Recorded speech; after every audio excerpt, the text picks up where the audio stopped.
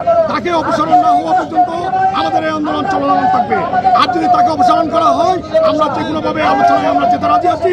তাকে অপসারণ করেই আমরা আলোচনা বসবো এবং এই সমস্যাটা সমাধানের জন্য এই যে আন্দোলন, এই যে সংকট, এই সংকটটা নিরসনের জন্য আমরা ব্যবস্থা গ্রহণ করব। আমাদের এখন একটাই দাবি, এই আন্দোলনের চেয়ারম্যান আব্দুর রহমানের অপসারণ। কারণ তিনি ব্যর্থ হয়েছেন এই নেতৃত্ব দিতে, যার কারণে আজকে দেশ ক্ষতিগ্রস্ত হচ্ছে, রাজস্ব ক্ষতি হচ্ছে।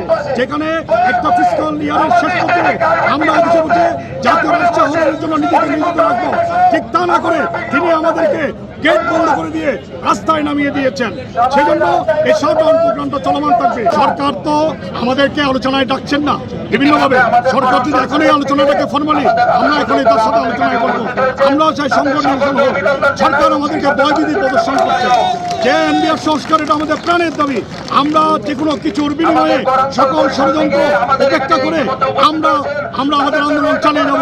তিনি যে প্রেস বিজ্ঞপ্তির মাধ্যমে পেপার পত্রিকায় তিনি দিয়েছেন আমাদের যে শাস্তিমূলক ব্যবস্থা নেবেন, আপনি কত হাজার অফিসারের শাস্তিমূলক ব্যবস্থা নেবেন, কত হাজার কত শত অফিসারের বিরুদ্ধে, এটা আমাদের প্রাণের দাবি। আমি মাননীয় অর্থ উপদেষ্টা মহোদয় এবং প্রধান উপদেষ্টা মহোদয় দৃষ্টি আকর্ষণ করছি, কেন এই ফেসিবাদী চেয়ারম্যানকে থাকার জন্য আপনারা এত প্রচেষ্টা চালাচ্ছেন। তাকে অপসারণ করলেই তো সকল সমস্যা নিরসন হয়ে যায়। আপনারা জাতির সাথে, আদর্শের সাথে তাকে অপসারণ করে এই সংকটটাকে নিরসনের উদ্যোগ নেওয়ার জন্য ওনাদের কাছে আমরা উদাত্ত আহ্বান জানাচ্ছি। কর্তৃপক্ষ একটি বদলি আদেশ পেশ করে, সেই আদেশের প্রেক্ষিতে চেয়ারম্যান মহোদয়ের কাছে বাতিল করার জন্য অনুরোধ জানায়। সেটা বাতিল না করার প্রেক্ষিতে তারপরে বিভিন্ন কর্মসূচি ঘোষণা করেন ঐক্য পরিষদের ঘোষণার প্রেক্ষিতে কোনো দাবি দেওয়া না মানার প্রেক্ষিতে এই শাটডাউন ঘোষণা করেন সমগ্র বাংলাদেশ শাটডাউন ঘোষণার প্রেক্ষিতে আজকে হাজার হাজার লোক চলে আসছেন।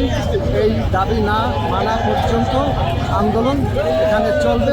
আমরা ন্যায়ের পথে আছি, আমরা সত্যের পথে আছি, সত্যের বিজয় অনিবার্য। আমরা ধৈর্য সহকারে অপেক্ষা করবেন, আমাদের বিজয় সুনিশ্চিত।